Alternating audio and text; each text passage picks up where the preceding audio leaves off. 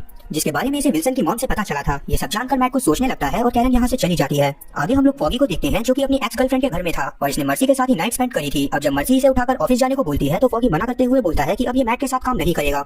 ये सुनकर मर्सी काफी ज्यादा शॉक हो जाती है क्योंकि फॉगी मैट के साथ बहुत पहले से था। दूसरी तरफ विल्सन, जेम्स और डायलैंड अभी भी परेशान थे। तब जेम्स डायलैंड से गांव से बात करते हुए पता करने को बोलता है कि ये काम किसने करा है और साथ ही जेम्स को ये भी शक था कि ये काम कहीं उसने ही तो नहीं करवाया, क्योंकि वही पिछले एपिसोड में विल्सन से वैनिसा को छोड़ने को बोल रही थी। पहले तो डायलैंड काफी देर तक डर रहा होता है लेकिन जेम्स इसे किसी तरह मना लेता है। वहीं हम लोग क्लियर को देखते हैं जो कि वापस से मैट के घाव पर टाके लगाते हुए इससे बात कर रही होती है और इस बार क्लियर इसे वापस से बॉडी आर्मर बनवाने को बोलती है। इस बार मैट भी इस पर हाँ में सर हिलाता है और इसे बताने लगता है कि उस दिन जब इसकी विल्सन से लड़ाई हुई थी तो इसने नोटिस करा था कि विल्सन ने भी अपने कोट के नीचे एक बहुत मजबूत आर्मर पहना हुआ था। अब इनकी ऐसे ही थोड़ी देर बातों के बाद क्लियर यहाँ से चली जाती है और सीन वापस से कैरन पर आता है जो कि बेन के साथ थी और इसे समझा रही थी कि बेन को विल्सन की मॉम के ऊपर आर्टिकल लिखना होगा, लेकिन बेन मना करने लगता है क्योंकि एक तो ये वैसे ही अब एडिटर बन गया था, दूसरा इसे विल्सन के ऊपर भरोसा नहीं था। ये सुनकर कैरन वापस से बेन को समझाने लगती है।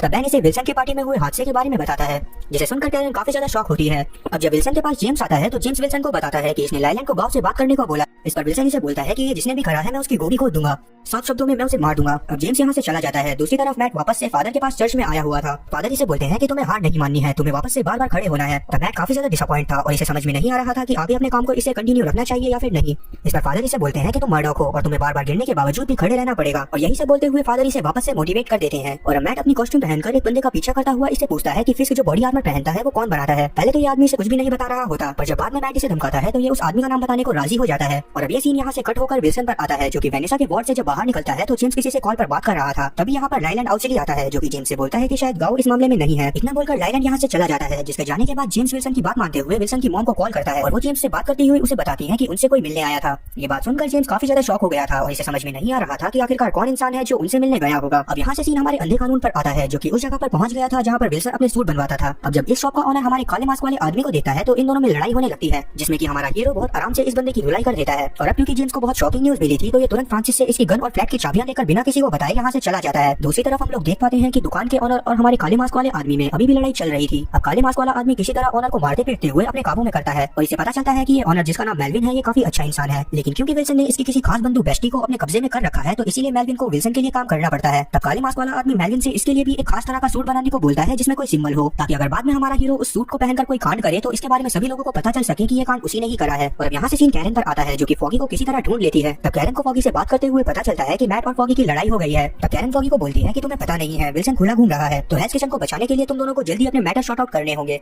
नहीं तो हेल्स किचन बर्बाद हो जाएगा। इतना बोलकर कैरन यहाँ से निकल जाती है। साथ ही ये बेन को कॉल करके मैट और फॉगी की लड़ाई के बारे में भी बता देती है। कॉल के दौरान ही हम लोग देख पाते हैं कि कैरन और बेन कल मिलने का डिसाइड करते हैं और बेन कॉल को काट देता है। अब जब बेन कॉल काटता है तो इसकी कंप्यूटर स्क्रीन में हम लोग देख पाते हैं कि बेन विल्सन फिस्क के डैड के बारे में पता कर रहा है ताकि वो उसके बारे में और ज्यादा इन्फॉर्मेशन निकाल सके। वहीं कैरन को इसके घर के बाहर से कोई किडनैप कर ले जाने लगता है। इसी तरफ हम लोग विल्सन को वेनिसा के वार्ड में देख पाते हैं जहाँ पर ये वेनिसा से वादा करता है कि जिसने भी इसकी ऐसी हालत करी है विल्सन उसे नहीं छोड़ेगा। वहीं हम लोग देखते हैं कि कैरन को किसी और ने नहीं बल्कि जेम्स ने ही किडनैप करा था और अब ये इससे पूछता है कि ये विल्सन की मॉम के पास क्यों गई थी। तब कैरन इसे कुछ भी नहीं बताती। ये देखकर जेम्स अपनी गन निकालकर टेबल पर रख देता है और इससे सेम क्वेश्चन वापस से पूछता है, लेकिन कैरन इसे बोलती है कि तुम अगर मुझे मारने वाले हो तो जल्दी काम खत्म करो, लेकिन मैं तुम्हें कुछ भी नहीं बताने वाली। ये सुनकर जेम्स हंसते हुए बोलता है कि ये यहाँ इसे मारने नहीं बल्कि एक जॉब ऑफर करने आया है, जिसमें कैरन को बेन की मदद से आर्टिकल में विल्सन के लिए अच्छी बातें लिखवानी थी। लेकिन कैरन मना कर देती है, जिसे सुनकर जेम्स इसे धमकाने लगता है और बोलता है कि ऐसा करोगी तो पहले ये बेन को मारेगा और उसके बाद फॉगी और मर्डॉक को, और फिर जब तुम इन तीनों की मौत का जिम्मेदार अपने आप को मान रही होगी तो तुम्हें भी मार दिया जाएगा। अब जेम्स इसे ये सब बोल ही रहा था कि तभी इसे विल्सन का कॉल आने लगता है, जिस वजह से इसका ध्यान भटक गया था। और अब इसका ध्यान भटकते देख कैरन तुरंत ही टेबल पर रखी गन को उठाकर जेम्स को कॉल उठाने से पहले ही शूट कर लेती है, क्योंकि जेम्स के कुछ ज्यादा ही बुलेट लग गई थी तो इसी वजह से इसकी मौके पर ही मौत हो जाती है। आगे हम लोग देख पाते हैं कि कैरन डरती हुई उस गन को उठाती है और उसे अपने साथ लेकर चली जाती है। वहीं विल्सन जेम्स को कॉल ना उठाता देखकर काफी ज्यादा परेशान होने लगता है, क्योंकि आज तक कभी भी जेम्स ने ऐसा नहीं करा था। और इस एपिसोड के आखिरी सीन में हम लोग जेम्स की बॉडी को देखते हैं और ये एपिसोड यहीं पर खत्म होता है।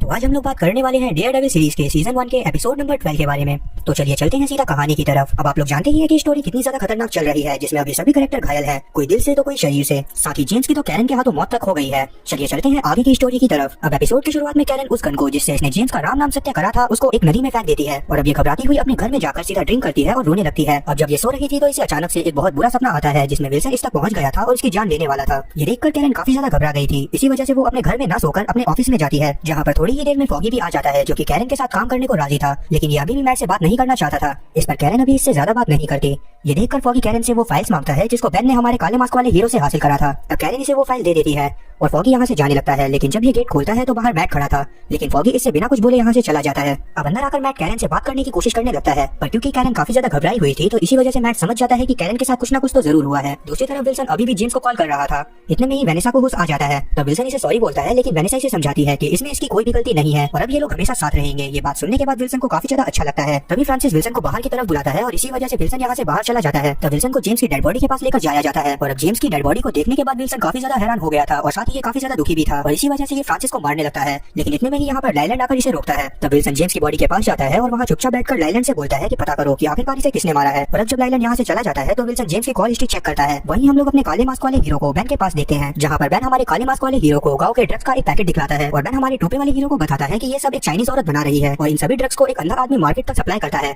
ये सब बातें जानने के बाद हमारा हीरो यहाँ से चला जाता है और आगे हम लोग फॉगी को मर्सी के साथ देखते हैं, जहाँ पर फॉगी मर्सी को काले मास्क वाले हीरो की फाइल्स पढ़ने को बोलता है जो कि विल्सन के खिलाफ थी।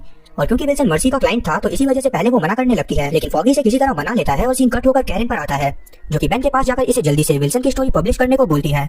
इस पर बेन मान जाता है। वहीं मर्सी जब अपने सभी डॉक्यूमेंट्स देखती है तो काफी ज्यादा शॉक होती है। इस पर फॉगी से बताता है कि ये सारी फाइल्स उस काले मास्क वाले आदमी ने फाइंड आउट करी है। इन सभी चीजों को सुनकर मर्सी भी फॉगी की तरफ हो जाती है और मे भी आगे ये दोनों मिलकर विल्सन के खिलाफ सबूत ढूंढेंगे। वेल आगे मैट गांव के ब्लाइंड आदमी को ढूंढता हुआ एक जगह पर पहुंचता है, जहां पर इसे वो आदमी मिल जाता है, पर क्योंकि ये अभी अपने नॉर्मल कॉस्ट्यूम में था तो इसी वजह से ये बस उसका पीछा करता है। तभी आदमी एक गाड़ी में जाकर बैठता है और यहाँ से निकल जाता है, जिसे महसूस करते ही मैट भागता हुआ एक बिल्डिंग की छत पर जाता है और बंदरों की तरह एक छत से दूसरी छत और दूसरी छत से तीसरी छत पर कूदता हुआ गाड़ी का पीछा करने लगता है। तो वैसे मैं पहले ही बता देता हूँ कि मुझसे कमेंट में आकर कोई ये मत पूछना कि मैट तो बहुत ज्यादा घायल था तो वो इतने अच्छे पार्कर कैसे कर रहा है। ये वाला सीन शायद मार्वल वालों ने सस्ते नशे कर शूट करा होगा, तो इसी वजह से उसका जवाब वही दे सकते हैं। खैर आगे हम लोग मैट को एक फैक्ट्री के पास पहुंचते देखते हैं, जिसके बाहर काफी सारे गार्ड्स थे। वहीं विल्सन अपनी मॉम को वापस लेने आता है। दूसरी तरफ बैंक का एडिटर बैंक को कंपनी से निकाल देता है क्योंकि विल्सन के खिलाफ कुछ नहीं छाप सकते थे। अब क्योंकि डेयरडेविल को वो फैक्ट्री मिल गई थी जिसमें कि वो ड्रग्स बनाया करते थे, इसी वजह से ये वहाँ पहुंचकर सभी गार्ड्स को मारने पीटने लगता है। जिसके बाद ये अंदर जाता है और देखता है कि यहाँ सभी लोग अंधे हैं, लेकिन तभी गाँव की नजर मैट पर पड़ जाती है और वो सभी लोगों से काले मास्क वाले आदमी को पकड़ने को बोलती है। आगे हम लोग विल्सन को लाइलैंड के साथ देखते हैं, जहाँ पर विल्सन को अचानक से एक कॉल आता है और ये तुरंत कहीं पर जाने लगता है। अब यहाँ से सीन वापस से मैट पर आता है, जो कि गार्ड से लड़ते हुए यहाँ पर केमिकल कंटेनर में आग लगा देता है। जिसके बाद ये सभी गार्ड्स को मारता पीटता हुआ गाँव के पास पहुंचकर इससे विल्सन के बारे में पूछने की कोशिश करता है, तो गाँव इसे धक्का देकर अचानक से ही कहीं पर गायब हो जाती है और इतने में ही फैक्ट्री में आग लग गई थी, जिसे देखने के बाद हमारा टोपे वाला हीरो सभी ब्लाइंड लोगों को यहाँ से भगाकर खुद भी भाग जाता है। लेकिन बाहर ब्रैड इसे अपने गन पॉइंट पर ले लेता है क्योंकि ब्रैड को लग रहा था कि काले मास्क वाले आदमी ने ही ये सभी काम करे हैं। ये देखकर हमारा टोपे वाला हीरो इसे पकड़कर बताता है कि मैं सही कर रहा हूँ और मैंने जितने भी काम करे हैं वो सारे सही काम है। साथ ही वो ये भी बताता है कि तुम्हारे ऑफिस में हॉफमैन विल्सन के साथ मिला हुआ है और साथ ही ये इसे ये भी बताता है कि विल्सन एक बहुत बुरा आदमी है। इतना बताकर मैट यहाँ से चला जाता है। अब आगे हम लोग एक बिल्डिंग की छत पर देख पाते हैं कि लाइलैंड जाकर गाँव से मिलता है और इन दोनों की बातों से हम लोग ये भी समझ पाते हैं कि इन दोनों ने ही पार्टी की वाइन की बॉटल्स में जहर मिलवाया था ताकि ये वेनेसा को मार सके और वापस से विल्सन पहले जैसा हो जाए। तब गाँव बताते हैं कि अब वो अपने घर वापस जा रही है क्योंकि यहाँ पर कुछ भी नहीं बचा। तब लाइलैंड को लगता है कि शायद गाँव चाइना जा रही है, लेकिन गाँव बताती है कि उसका घर ऐसी जगह पर है जहाँ पर कोई भी नहीं पहुंच सकता। ये सुनकर लाइलैंड काफी ज्यादा शॉक होता है और इसके बाद हम बेन को देखते हैं, जो कि अपनी बीवी से मिलने के बाद कैरन को कॉल करता है। साथ ही ये इसे बताता है कि आज ये विल्सन के खिलाफ आर्टिकल लिखेगा। इस बात को जानने के बाद कैरन काफी ज्यादा खुश होती है। इतने में ही यहाँ पर मैट पहुंचकर कैरन से बातें करता हुआ इसे बताता है कि पहले इसे लग रहा था कि ये सब अकेले कर लेगा, लेकिन अब इसे समझ आ गया है कि ये कुछ अकेले नहीं कर सकता। ये सब सुनने के बाद कैरन इसे गले लगा लेती है। वहीं बेन जब आर्टिकल लिखने लगता है तभी विल्सन इसे पीछे से आवाज देता है और बोलता है कि तुम्हें कुछ भी करना था पर मेरी मौत के पास नहीं जाना चाहिए था। और यही सब बोलते हुए विल्सन गुस्से में आता हुआ बेन की जान ले लेता है और बेन को जान से मारने के बाद विल्सन यहाँ से चला जाता है और अब बेन की मौत के साथ ये एपिसोड यहीं पर खत्म होता है। तो आज हम लोग बात करने वाले हैं डेयरडेविल सीरीज के सीजन 1 के एपिसोड नंबर 13 के बारे में, जो कि इस सीजन का आखिरी एपिसोड होने वाला है। तो चलिए चलते हैं सीधा कहानी की तरफ। तो एपिसोड की शुरुआत बेन के फ्यूनरल से होती है, जहाँ पर सभी लोग काफी ज्यादा दुखी थे। तब कैरन को बेन की वाइफ से बात करते हुए पता चलता है कि बेन कैरन को अपनी बेटी की तरह मानता था और हर वक्त इसके ही बारे में बात करता रहता था। साथ ही वो क्योंकि जानता था कि जो काम वो कर रहा है उसमें काफी ज्यादा खतरा है, तो उसने काफी सारी पॉलिसीज और बहुत सारे इंश्योरेंस करवा रखे थे, जिससे बेन की वाइफ को ज्यादा परेशानियां नहीं होंगी। ये सब जानने के बाद कैरन काफी ज्यादा दुखी होती है और अब जब फ्यूनरल खत्म हो जाता है तब मैट फादर से बातें करता है और इन दोनों की बातों से हम लोग समझ पाते हैं कि मैट विल्सन से बदला लेना चाहता है। इस पर फादर इसे समझाते हैं कि बेन की मौत का जिम्मेदार मैट खुद को ना माने और साथ ही ठंडे दिमाग से फैसला ले। इसके बाद मैट यहाँ से सीधा अपने ऑफिस पहुंचता है, जहाँ पर कैरन मैट को बताती है कि इसे सबसे ज्यादा बुरा ये लग रहा है कि फॉगी बेन के फ्यूनरल में नहीं आया। साथ ही कैरन काफी ज्यादा डरी हुई थी क्योंकि कहीं विल्सन को कैरन के बारे में भी पता ना चल गया हो और अगर ऐसा हुआ होगा तो क्या होगा। तब मैट इसे संभालता है और इससे वादा करता है कि विल्सन को उसके किए की सजा जरूर मिलेगी। इतना बोलकर मैट यहाँ से चला जाता है। वहीं विल्सन वेनेसा से बातें कर रहा था और अब इससे थोड़ी देर बात करने के बाद विल्सन लाइलैंड के पास जाता है और जो गड़बड़ इसके अकाउंट में हुई है उसका पैसा लाइलैंड और गाँव ने खाया था। ये सुनकर लाइलैंड काफी ज्यादा डर जाता है क्योंकि ये सही बात थी।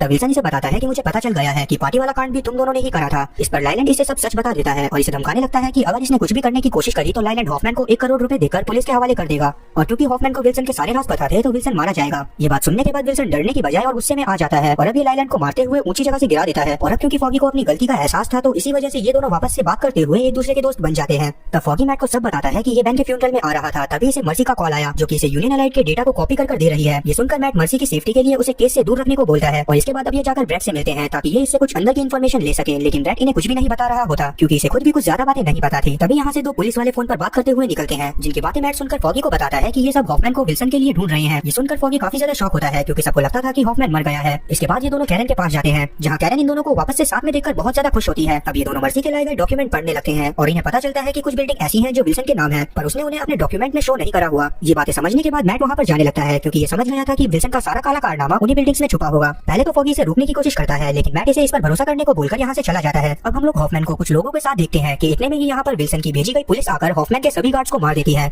और अब ये लोग हॉफमैन को भी मारने ही वाले थे कि इतने में ही यहाँ पर हमारा टोपे वाला आदमी आकर सभी लोगों को मार देता है। आगे ये हॉफमैन से बोलता है कि विल्सन के खिलाफ सबूत दो ताकि विल्सन को पकड़ा जा सके और तुम्हारी जान बच जाए। इस पर हॉफमैन बोलता है कि मैं किसको बयान दूं, सभी पुलिस वाले विल्सन के अंडर हैं। जवाब में हमारा टोपे वाला हीरो इसे बोलता है कि तुम ब्रैड को सब बता सकते हो, वो एक बहुत ईमानदार पुलिस ऑफिसर है। और क्योंकि मैट ये भी जानता था कि ब्रैड हॉफमैन को वकील दिलवाएगा जो कि मैट, फॉगी और कैरन ही होने वाले थे, तो इसी वजह से ये और ज्यादा अप्रिशिएट करता हुआ उसका नाम लेता है। तब हॉफमैन भी काले मास्क वाले आदमी की बात मानता है और ब्रैड के सामने जाकर उसे सब बता देता है। और जैसा कि हमारे अन्य कानून ने सोचा था वैसा ही होता है। ब्रैड मैट के पास आता है और अब ये चारों मिलकर धीरे धीरे उन सभी लोगों को पकड़वा देते हैं जो कि विल्सन के साथ मिले हुए थे। और अब विल्सन को भी पकड़ लिया जाता है। तब विल्सन जाते हुए वेनेसा को एक रिंग देता है और रोता हुआ पुलिस वालों के साथ चला जाता है। दूसरी तरफ मैट और बाकी सब अब पार्टी करने लगते हैं क्योंकि इन्हें लग रहा था कि अब इन्हें विल्सन से कोई भी खतरा नहीं है। लेकिन हम लोग देख पाते हैं कि जब विल्सन को लेकर जाया जा रहा था तभी यहाँ पर कुछ लोग हमला कर सभी पुलिस वालों को मार देते हैं और अंदर बैठा एक पुलिस वाला दूसरे पुलिस वालों को मारकर विल्सन को फ्री करवाकर यहाँ से ले जाने लगता है। वहीं जब मैट को इन सब की खबर मिलती है तो ये फॉगी और कैरन को सेफ जगह जाने को बोलकर खुद विल्सन को रोकने के लिए जाता है। लेकिन इससे पहले मैट जाकर मेल्विन से मिलता है और मेल्विन वही आदमी था जो कि हमारे मैट का नया कॉस्ट्यूम बनाने वाला था। अब ये अपनी नई कॉस्ट्यूम लेकर विल्सन के बारे में पता करने लगता है। वहीं हम लोग विल्सन को देखते हैं जो कि एक ट्रक में कहीं पर जा रहा था और अभी एक वॉकी टॉकी के जरिए वेनेसा से बातें करता हुआ इसे बोलता है कि अगर मैं 20 मिनट के अंदर तुम्हारे पास नहीं पहुंचता तो तुम यहाँ से चले जाना। तब हम लोग देखते हैं कि वेनेसा एक हेलीकॉप्टर के पास खड़ी है जिससे ये दोनों हेल्थ किचन से जाने वाले थे। अब विल्सन कॉल डिस्कनेक्ट कर देता है लेकिन इतने में ही यहाँ पर हमारा टोपे वाला हीरो पहुंचकर हमला करता हुआ ट्रक पलटा देता है जिस वजह से विल्सन को बाहर आना पड़ता है। और जब विल्सन हमारे टोपे वाले आदमी को सामने देखता है तो पहले तो ये भागने की कोशिश करता है पर हमारा अंधा कानून इसे पकड़कर इससे लड़ने लगता है। और अब हमें यहाँ पर इस सीजन का वो बेहतरीन फाइट सीन देखने को मिलता है जिसका इंतजार हम पिछले 12 एपिसोड से कर रहे थे। अब इस लड़ाई में विल्सन और हमारा टोपे वाला हीरो दोनों को ही काफी ज्यादा चोटें लगती हैं लेकिन आखिर में हमारे टोपे वाले हीरो के अंदर रोमन रेंज की आत्मा आ जाती है और ये विल्सन फिस्क को एक सुपरमैन पंच मारता हुआ हरा देता है। इतने में ही वापस से यहाँ पर ब्रैड पहुंचकर हमारे टोपे वाले हीरो को गन पॉइंट पर ले लेता है पर क्योंकि अब ये जान गया था कि अंधा कानून एक अच्छा इंसान है तो ये इसे कुछ भी नहीं कहता। और वहीं हम लोग वेनेसा को देखते हैं जिसको फ्रांसिस सब बताता है और अब वेनेसा विल्सन की दी गई रिंग पहनकर यहाँ से चली जाती है। और अब अगले दिन हम लोग देख पाते हैं कि ब्रैड हमारे टोपे वाले हीरो को थैंक यू बोलने के लिए अगले दिन न्यूज़पेपर में सब सच छपवा देता है जिससे सभी लोग जान जाते हैं कि काले मास्क वाला आदमी बहुत अच्छा इंसान है और इसी वजह से ये सभी लोग मिलकर इसे डेयरडेविल का नाम देते हैं। तो ये एक मेन रीजन था जिसकी वजह से मैंने पूरे सीजन में डेयरडेविल का नाम यूज नहीं करा, मैं उसे अंधा कानून या फिर टोपे वाला हीरो ही बोलता रहा क्योंकि उसका नामकरण तो आखिरी एपिसोड में पब्लिक करने वाली थी। खैर coming back to the story, अब आगे हम लोग मैट, कैरन और फॉगी को देखते हैं जहाँ ये तीनों साथ मिलकर मैट और फॉगी के नाम की प्लेट को ऑफिस के बाहर वापस से लगा देते हैं जिसके बाद फॉगी यहाँ से मर्सी के पास चला जाता है और अब मैट कैरन से बातें करता हुआ ऑफिस के अंदर चला जाता है। दूसरी तरफ हम लोग विल्सन को देखते हैं जो कि जेल में बैठकर वापस से दीवार को घूर रहा था। और अब इस सीजन के लास्ट सीन में हम लोग मैट को एक रैंक के बारे में सुनकर उसकी तरफ जाते देख पाते हैं और इसी के साथ ये सीजन यहीं पर खत्म होता है।